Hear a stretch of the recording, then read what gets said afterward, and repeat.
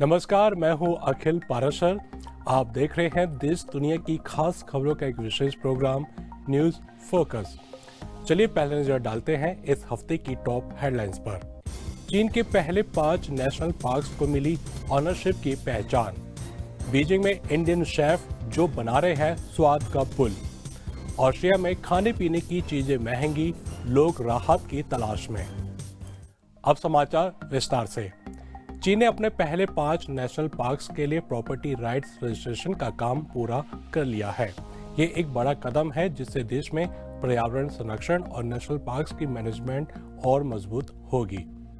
इन 5 parks में शामिल है Sanjiangyuan national park, giant panda national park, north east China tiger and leopard national park, Hainan tropical rain forest national park और वू Ishan national park. अब इन parks की जमीन और प्राकृतिक संसाधनों की मालिकाना हक की पहचान साफ तौर पर दर्ज हो चुकी है।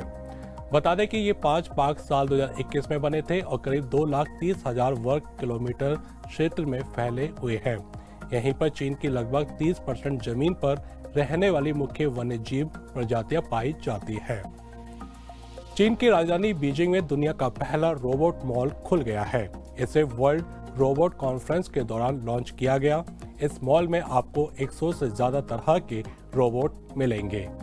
यहाँ रोबोट खरीदने से लेकर उनके पार्ट्स, सर्विस और इंफॉर्मेशन सब एक ही जगह पर मिलता है।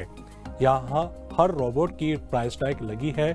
ह्यूमनॉइड रोबोट्स की कीमतों में 10 गुना तक का फर्क देखने को मिलता है।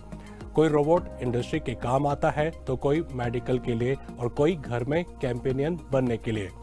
मॉल का सबसे बड़ा फायदा यह है कि ग्राहक सीधे रोबोट्स को देख सकते हैं, ट्राई कर सकते हैं और फिर खरीदने का फैसला ले सकते हैं।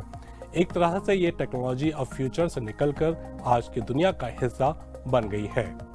चीन के चिरचांग प्रांत में बसा एक छोटा सा गांव जो 20 साल पहले तक सिर्फ एक कच्ची सड़क वाला गांव था, आज पर्यावरण की सुरक्षा और आर्थिक विकास का एक शानदार उदाहरण बन गया है।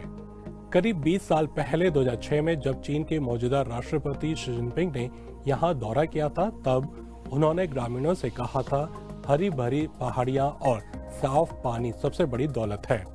लोगों ने इस विचार को अपनाया और इको टूरिज्म की शुरुआत की। आज ये गांव हरे भरे नज़ारों, साफ हवा और प्राकृतिक सुंदरता के कारण टूरिस्टों के बीच लोकप्रिय है। एक परिवार ने तो शी जिनपिंग की सलाह पर अंजीर की खेती शुरू की। अब उनके पास अंजीर का बाग है और वे टूरिज्म से जुड़कर सूखे अंजीर और अंजीर वाइन तक बेचते हैं। उनकी कमाई 5 से 6 गुना बढ़ चुकी है। चीन की राजधानी बीजिंग में भारतीय शेफ रब्युल बख्श अपने रेस्टोरेंट चेन दास्तान के जरिए भारत और चीन को स्वाद से जोड़ रहे हैं। उनका रेस्टोरेंट दास्तान 2021 में शुरू हुआ और अब वे बीजिंग में 4 ब्रांच खोल चुके हैं। उनके यहाँ पुरानी दिल्ली स्टाइल की बटर चिकन जो टमाटर और काजू की ग्रेवी में बनती है खूब पसंद की जाती है। इसके अलावा पानी पूरी जैसे स्ट्रीट फूड भी लोगों को लुभा रहे हैं। रब्युल का मकसद चीनी ग्राहकों को भारतीय खाने की विविधता दिखाना है। 4 साल में उन्होंने बीजिंग में 4 ब्रांच खोल ली है। उनका कहना है कि खाना सिर्फ स्वाद नहीं बल्कि 2 संस्कृतियों को जोड़ने का जरिया है। ब्राजील के आम किसानों के लिए बुरी खबर है। अमेरिका ने ब्राजील से आने वाले आमों पर 50% का इंपोर्ट टैक्स लगा दिया है। अमेरिका को हर साल अगस्त से अक्टूबर के बीच ज्यादातर आम ब्राजील से ही मिलते हैं। पिछले साल ब्राजील ने 40,000 टन आम अमेरिका भेजे थे, लेकिन नए टैक्स के कारण अब ये एक्सपोर्ट मुश्किल हो गया है। कुछ बड़े किसानों ने यूरोप का बाजार तलाश लिया है, लेकिन छोटे किसानों के लिए हालात बेहद खराब है। यूरोप में लगातार बढ़ती महंगाई का सबसे बड़ा असर खाने पीने की चीजों पर दिख रहा है। ऑस्ट्रिया में खाने पीने की कीमतें पिछले 4 साल में लगभग 1/3 बढ़ गई हैं। लोग कह रहे हैं कि हर चीज महंगी हो गई है। मजेदार बात यह है कि सुपरमार्केट चेन की प्रॉफिट में कोई बड़ा उछाल नहीं आया है। असली समस्या है टेरिटोरियल सप्लाई कॉन्स्ट्रेंट, यानी बड़ी फूड कंपनियां अलग अलग देशों में अलग अलग दाम पर सामान बेचती है। ऑस्ट्रिया की सरकार चाहती है कि यूरोपियन यूनियन इस पॉलिसी को खत्म करे ताकि सबको एक जैसी कीमत पर सामान मिल सके। कुछ देशों ने प्राइस कैप लगाने की कोशिश की थी, लेकिन उसका असर मिला जुला रहा। तो ये थी इस हफ्ते की अहम खबरें। अब चलते हैं हमारे एक स्पेशल सेगमेंट न्यूज स्टोरी की तरफ।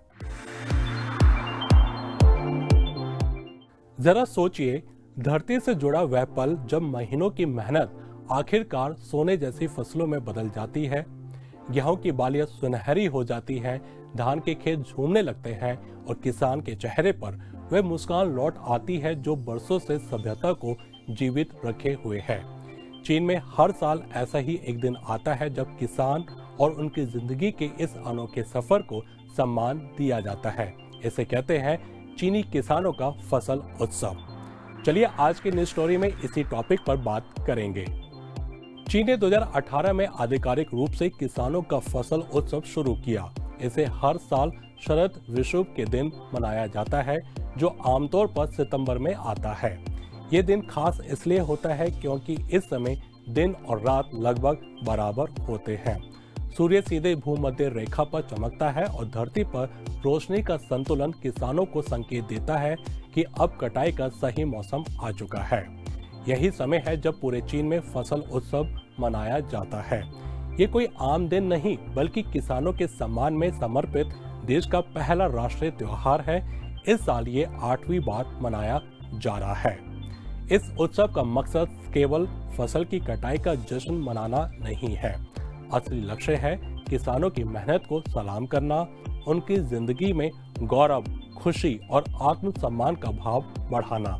सोचिए, चीन जैसे विशाल देश में जहां लगभग हर 5 में से 2 लोग अब भी ग्रामीण इलाकों में रहते हैं, वहां किसानों की भूमिका कितनी अहम है।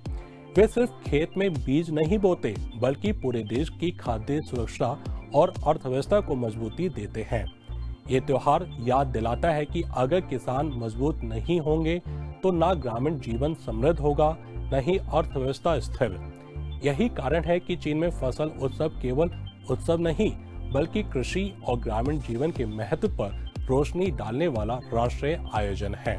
फसल उत्सव की सबसे बड़ी खासियत है कि इसकी रौनक और सामुदायिकता। गांवों में खास दावतें होती हैं, परिवार एक साथ बैठकर ताजा कटी फसल से बने व्यंजन पकाते और खाते हैं। चावल से बने पकवान, ताजी सब्जियां और पारंपरिक व्यंजन सब एक बड़े थाल में परोसे जाते हैं। ये केवल खाने का मौका नहीं बल्कि रिश्तों को मजबूत करने का भी पर्व है। इसके अलावा उत्सव में धूमधाम से सांस्कृतिक कार्यक्रम होते हैं। लोक संगीत, नाच गान, नाटक और लोक कला की झलक।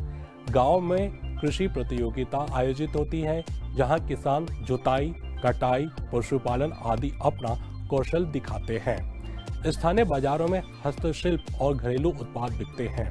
इससे न केवल अर्थव्यवस्था को बढ़ावा मिलता है बल्कि ग्रामीण रचनात्मकता को भी मंच मिलता है। ये सब मिलकर उत्सव को एक जीवंत मेला बना देता है। चीन की संस्कृति में जमीन केवल मिट्टी नहीं है बल्कि जीवन देने वाली माँ है।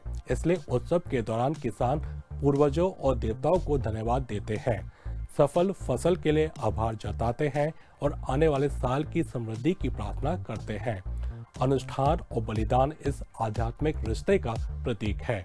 धरती, आकाश और इंसान के बीच का गहरा जुड़ाव दिखाई देता है। आज जब चीन लगातार औद्योगिकीकरण और शहरीकरण की ओर बढ़ रहा है, ऐसे में कृषि की भूमिका को नजरअंदाज करने का खतरा बड़ा हो सकता है। यही कारण है कि ये उत्सव लोगों को याद दिलाता है कि भोजन की सुरक्षा और जीवन की स्थिरता का आधार कृषि ही है।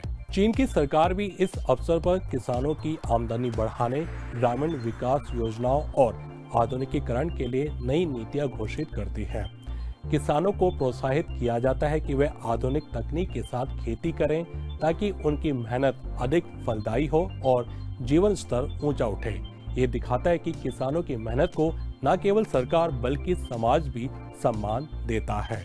आखिरकार चीनी किसानों का फसल उत्सव केवल कटाई का उत्सव नहीं है।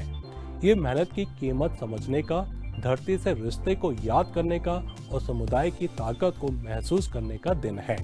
ये उत्सव हमें बताता है कि सच्ची समृद्धि केवल ऊंची इमारतों में नहीं बल्कि उन खेतों में छिपी है जो हमें जीवन देते हैं। तो जब भी आप थाली में चावल का दाना या रोटी का टुकड़ा देखें, याद रखिए उसके पीछे किसी किसान का पसीना, उम्मीद और संघर्ष छिपा है और शायद यही फसल उत्सव का सबसे बड़ा संदेश है। तो ये था आज का खास कार्यक्रम न्यूज़ फोकस। अभी आज्ञा दीजिए, अगले हफ्ते फिर मिलेंगे इसी समय। नमस्ते।